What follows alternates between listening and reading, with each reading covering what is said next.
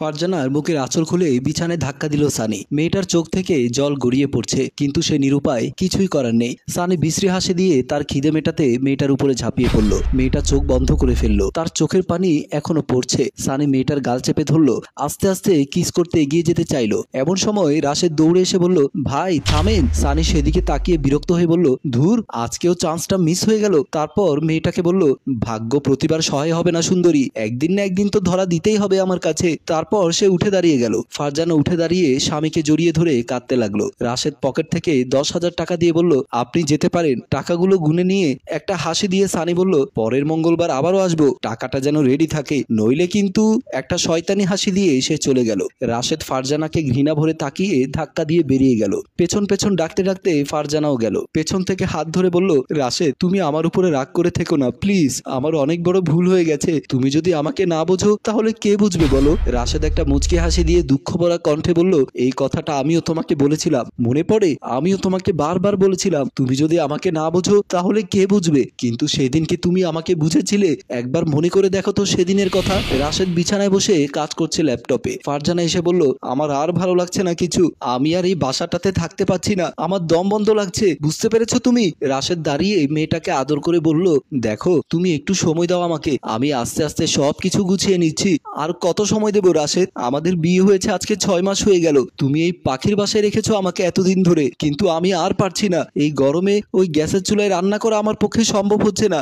আলো নেই, ঠিক মতো বাতাস নেই, একটা বেলকনি পর্যন্ত নেই। আমি আর এখানে থাকবো না। সোজা কথা, বাসাটা পরিবর্তন করা দরকার। তুমি ঠিকই বলেছো, কিন্তু আসলে এখন তো হাতে সেরকম টাকা নেই। পালিয়ে বিয়ে করে আমার হাতে জমানো যা টাকা ছিল সব খরচ হয়ে গেছে। এই মাসের স্যালারিটা এখনো হাতে পাইনি, কোনো রকমে টেনে টুনে সংসারটা চালাচ্ছি। উফ, তোমার ওসব কথা বন্ধ করো, শুনতে শুনতে আমার কান পচে গেছে। ফারজানা রেগে মেগে চলে গেল। রাশেদ গভীর চিন্তায় পড়ে গেল, কিভাবে সে তার বউকে ম্যানেজ করবে। 2 বছর প্রেম করে পালিয়ে বিয়ে করতে হয়েছে মেয়েটাকে। অল্প টাকার চাকরি করে বলে তার বাবা বিয়ে দিতে রাজি হচ্ছিল না, কিন্তু এখন বিয়েটা করে তার হাত একদম খালি। এদিকে তার স্ত্রী চাপ দিচ্ছে নতুন বাসা নেওয়ার জন্য, ফার্নিচার নেওয়ার জন্য।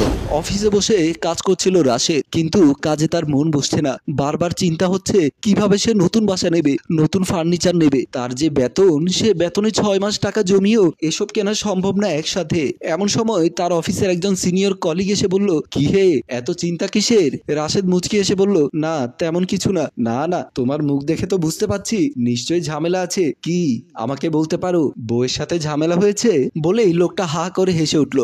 রাশেদ মনের দুঃখের কথাগুলো শেয়ার করলো, আসলে ভাই, আমার স্ত্রী অনেক উচ্চাকাঙ্ক্ষী, তার একসাথে সবকিছুই লাগবে। সে একই সাথে একই মাসে ফ্রিজ, টিভি, ফার্নিচার, নতুন বিছানা, এমনকি নতুন বাসা সবকিছুই চাচ্ছে। আমি এত করে বললাম আমি আস্তে আস্তে টাকা জমিয়ে একটা একটা করে তোমাকে সব নিয়ে দেব, কিন্তু সে মোটেও রাজি না। আজমল সাহেব একটু চিন্তা করে বলল, ও এই কথা। তারপর একটা কার্ড দিয়ে বলল, এই নাম্বারে একবার যোগাযোগ করে দেখতে পারো। এটা কিসের নাম্বার আজমল ভাই? এটা আমার কিছু পরিচিত এলাকার ছোট ভাইদের একটা সমিতি, এখান থেকে অনেকেই লোন টোন নেয়। আজকে সকালে আসার সময় আমার সাথে দেখা হলো, এই কার্ডটা দিয়েছিল।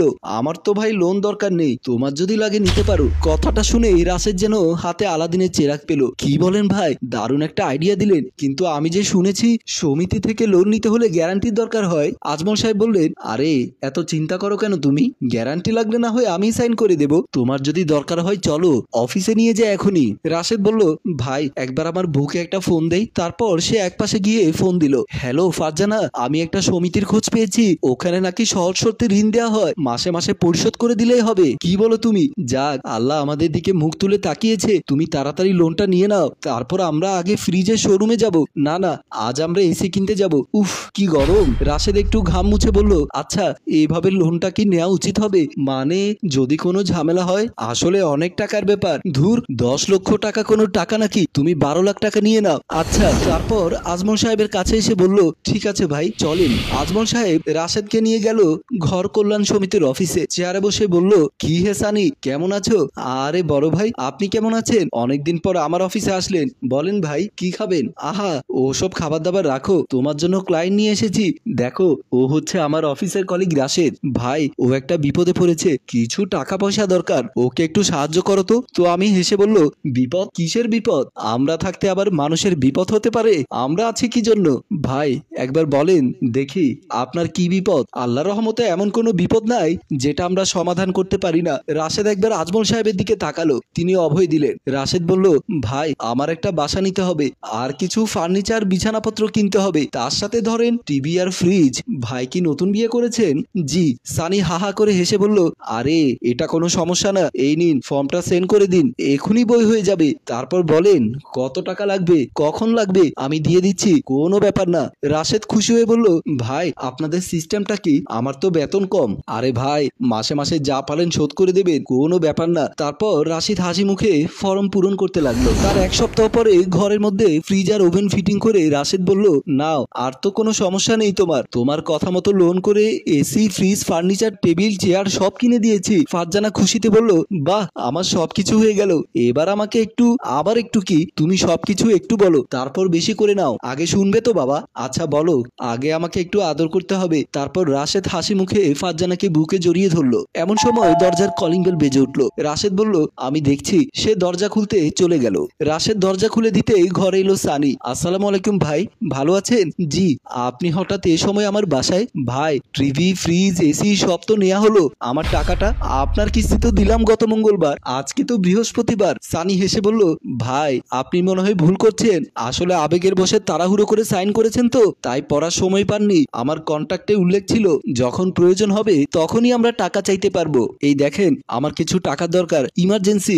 ভাই একটা তো সিস্টেম থাকে, প্রতি মঙ্গলবার টাকা নেওয়ার কথা, এখন এইভাবে যদি? সিস্টেমের বাইরে তো আমি আসিনি ভাই, কন্ট্রাক্টের লেখাগুলো আপনি পড়েননি, সেটা তো আমার দোষ না। এখন তাড়াতাড়ি আমাকে 1 লাখ টাকা দিয়ে দেন, আমি চলে যাই। রাশেদের মাথাটা গরম হয়ে গেল। সে ভেতরে গিয়ে 90,000 টাকা নিয়ে এসে বলল, এগুলো নেন, এই টাকাগুলো আমার কাছে পড়েছিল, এগুলো নিয়ে যান। তারপর কিস্তির 20,000 টাকা পরের মঙ্গলবার আবার দিয়ে দেব। টাকাটা নিয়ে হেসে সানি বলল, ভাই এটা কি বলেন আপনি? কন্ট্রাক্টের বাইরে তো আপনি যেতে পারবেন না, আমরা সবাই কন্ট্রাক্টের কাছে বাধা। 90,000 নিলাম, আরো 10,000 দেন। এমন সময় ফারজান এসে বলল, কি হয়েছে? দেখেছো কাণ্ড, এসব সমিতির লোকজনদেরকে কোনো বিশ্বাস নেই। প্রতি মঙ্গলবার টাকা নেওয়ার কথা, এখন হুট করে এসে বলে 1 লাখ টাকা দিতে হবে। কন্ট্রাক্টে লেখা ছিল, আমি নাকি পড়িনি। ফারজানাকে দেখে সানির মাথা ঘুরে গেল। তারপর ধমক দিয়ে বলল, অনেকক্ষণ ধরে নাটক দেখছি, আজকে 1 লাখ টাকা আমি নিয়ে এখান থেকে যাব। আপনার কিছু করার নেই, পুলিশকে ফোন দিয়ে লাভ হবে না, আমার কাছে চুক্তির কাগজ আছে। রাশেদ বিরক্ত হয়ে বলল, আচ্ছা ঠিক আছে, আপনি বসেন, আমি ব্যবস্থা করছি। সানি ভেতরে চলে গেল। ফারজানা বলল, এখন কি হবে?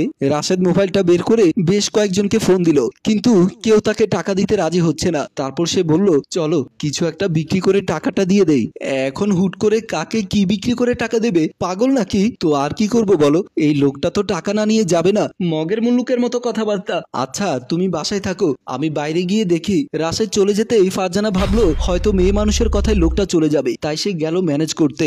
সানি বসে অপেক্ষা করছে। এমন সময় তার মোবাইলে একটা কল আসলো। ভাই তুমি কি গিয়েছো ওদের বাসায়? হ্যাঁ আমি ওদের বাসায় বসে আছি, 90,000 টাকা দিয়েছে, আরো 10,000 টাকা ম্যানেজ করতে গেল। ঠিক আছে, টাকাটা তো তুমি নেবে সেটা আমি জানি। আচ্ছা আমার কমিশনের 1,000 টাকা তো বকে আছে।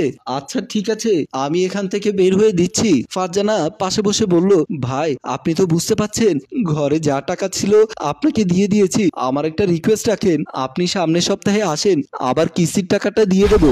সরি ম্যাডাম, আজকে আরো 10,000 টাকা দিতে হবে এবং আগামীকাল আরো 2 লাখ, তারপরের দিন আরো 1 লাখ। ফারজানা মাথা গরম হয়ে গেল। সে দাঁড়িয়ে বলল, এটা কোনো সিস্টেম হলো? ফাইজলামি করছেন আপনি, মগের মূল্য পেয়েছেন। আপনি রাগ করলে আপনাকে আরো বেশি সুন্দর লাগে, আপনি বললে তো লোনের 1 টাকাও লাগবে না।